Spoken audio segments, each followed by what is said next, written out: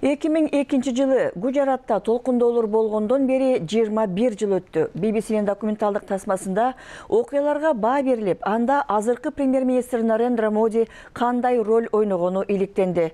Кагылышуулар болгон убакта ал Гуджараттын биринчи министри болгон. Джон Денисондун баяндамасы. 2002 жылы Гуджарат өрткө чулганды.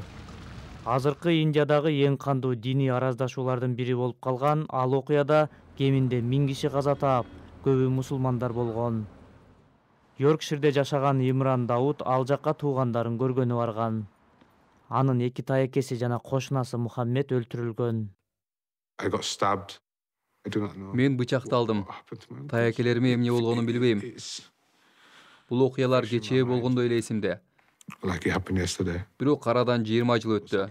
Тилекке каршы эч нерсе жасалган жок. Окуяга чейин индус зыяратчылары бараткан поезд өрттөнүп, 59 адам каза болгон болчу. Ал кырсык үчүн мусулмандарды күнөөлөшүп, зордук зомбулук тутанган. Кийинки күндөрү индус топтору мусулмандардын үйлөрүнө жана ишканаларына кол салышкан. Полиция аларды токтотууга аракет кылбагандай. Бирок Британиянын тышкы иштер мекемесинин чектелүү деген белги коюлган отчетунда зордук зомбулукту уюштурган үчүн индустардын оңчул улутчул тобу VHP жана анын союздаштары, ошондой эле ага жол берген үчүн Нарендра Моди айыпталган.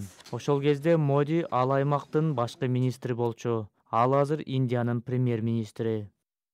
Документти BBC 2002 жылы алган. Айрым маалыматтар ошол кезде эле айтылган.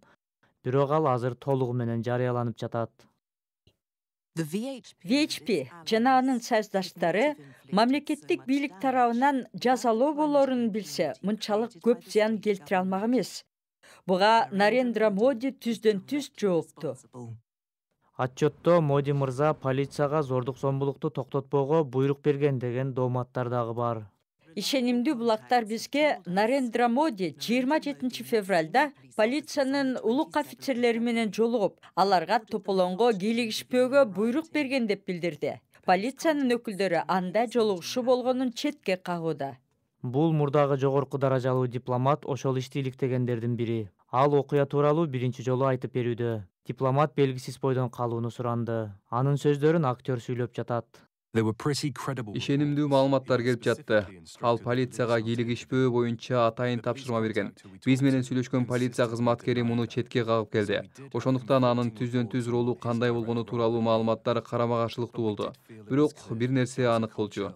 Кылмыш үчүн жаза болбойт деген маанай зомбулуктун болушуна шарт түзгөн. Бул албетте Модиден келген.